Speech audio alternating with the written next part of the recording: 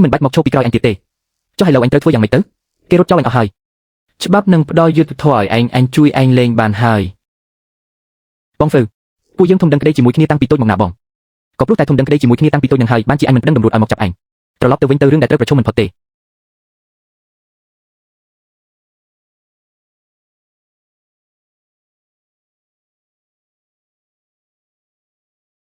rương đại kê ni dây từng ở nút miên mùi phnai chỉ rương bật chỉ ca bật tai vi mình men chỉ khuôn nẹt từng sòng tề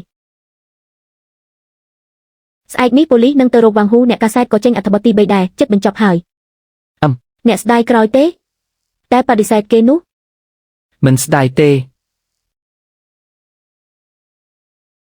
bong hụt mong pram buôn hai mê thì vi cầm pung rong trăm nơi hàng còng ở vậy để treo điệp chom cứ điệp chom ở hơi tên này khôngประวันlục ở hơi anh sa rồi đã có cầm tích châu ở đài to từ đời khuôn anh prasa chinh kê ốc bà tờ miên rừng ấy nắng nẹt nạp đăng police kệ một hỏi vàng húខ្ញុំកំពុងតែប្រៀបចំទៅសហការមិនបាច់ទេអ្នកចប់សង្ស័យពីបទផលិតនិងលក់អាហារមិនគ្រប់ស្តង់ដារសុវត្ថិភាពនិងបទបង្ខិតបង្ខំការជួញដូរអញ្ជើញទៅជាមួយពួកយើងលីវជីឆាំងអ្នកក៏មានឈ្មោះក្នុងបញ្ជីដែរសូមសហការផងខ្ញុំគ្រាន់តែធ្វើតាមបញ្ជាតើវ៉ាងហ៊ូនោះមិនមែនជាវ៉ាងហ៊ូទេអីពិតជាគេមែនថៅកែអាហារដ្ឋានត្រូវគេចាប់ហើយបាយសាច់ជ្រូកស្អុយ15យន់មួយប្រអប់អញហ៊ានស៊ីខ្លួនឯងអត់អញរៀបអស់មួយសប្តាហ៍ដេកពេទ្យកន្លះខែអញអត់មានសិទ្ធិសម្ជាញ៉ាសោះហ្មងបងប្រុសអញឈ្នះហើយប៉ុន្តែក្នុងរបរនេះមនុស្សដូចជាអញមានរាប់រយនាក់អញចាត់ការរួចអត់ចាត់ការរួចឬមិនរួចជារឿងថ្ងៃក្រោយយ៉ាងហោចណាស់ក៏អញលែងបានធ្វើទៀតដែរល្អណាស់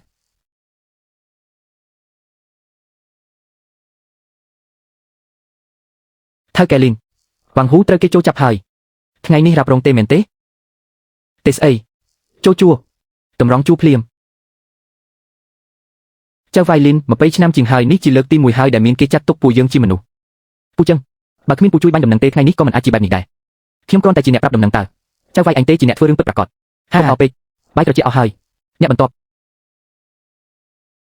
អារម្មណ៍យ៉ាងម៉េចដែរមិនសប្បាយចិត្តដូចដែលគិតសោះចុះជាអារម្មណ៍បែបណាវិញគឺស្ងប់ចិត្ត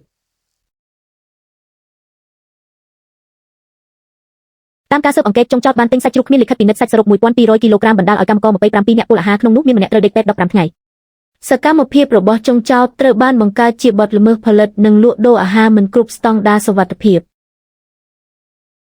កូនក្តីខ្ញុំប្រព្រឹត្តល្មើសលើកដំបូងការទិញគ្រឿងផ្សំគឺធ្វើតាមបញ្ជាថ្នាក់លើចុងចោតមិនអាចផ្ដល់ភស្តុតាងជាលាយលក្ខណ៍អក្សរណាមួយបានទេវាគយបទទិញទាំងអស់សុទ្ធតែមានហត្ថលេខារបស់សាមីខ្លួនហើយខាងអ្នកគ្រប់គ្រងក៏បានបញ្ជាក់ដែរបន្ទាប់ពីកម្មករចេញរោគសញ្ញាចុងចោតមានចិត្តណាឈប់ប្រើប្រាស់បន្ទាប់ពីកម្មករជើងទី1ចេញរោគសញ្ញាចុងចោតនៅតែបន្តប្រើប្រាស់គ្រឿងផ្សំជើងដែរនោះអស់រយៈពេល11ថ្ងៃទៀតឥឡូវនេះសូមឲ្យជនរងគ្រោះឡើងរៀបរាប់ខ្ញុំឈ្មោះយ៉ាងហ្វានអាយុ22ឆ្នាំធ្វើការនៅការដ្ឋានបាន3ខែថ្ងៃនោះពេលថ្ងៃត្រង់ខ្ញុំហូបបាយសាច់ជ្រូកម្នាក់ឯងមួយប្រអប់ដល់ម៉ោង2រសៀលក៏ដួលសន្លប់ភ្ញាក់ឡើងនៅក្នុងបន្ទប់សង្គ្រោះបន្ទាន់ពេកដកដង្ហើមតាមបំពង់ម៉ែខ្ញុំអង្គុយយំចិត្តនោះពេលអញលក់បាយនឹងអញហ៊ានស៊ីខ្លួនឯងអត់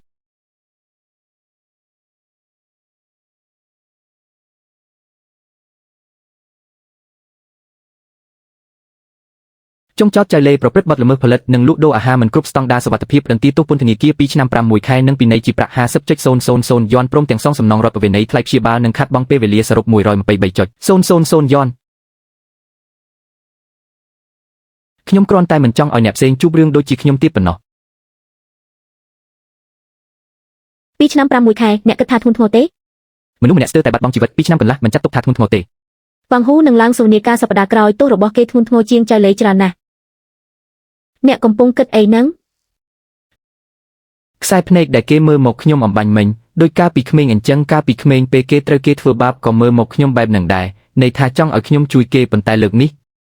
ខ្ញុំជួយគេលែងបានហើយអ្នកជួយមិនបានហើយក៏មិនគួរជួយដែរគេត្រូវតែទទួលខុសត្រូវដោយខ្លួនឯងតោះទៅរសៀលនេះនៅសល់300ប្រអប់ទៀតត្រូវលក់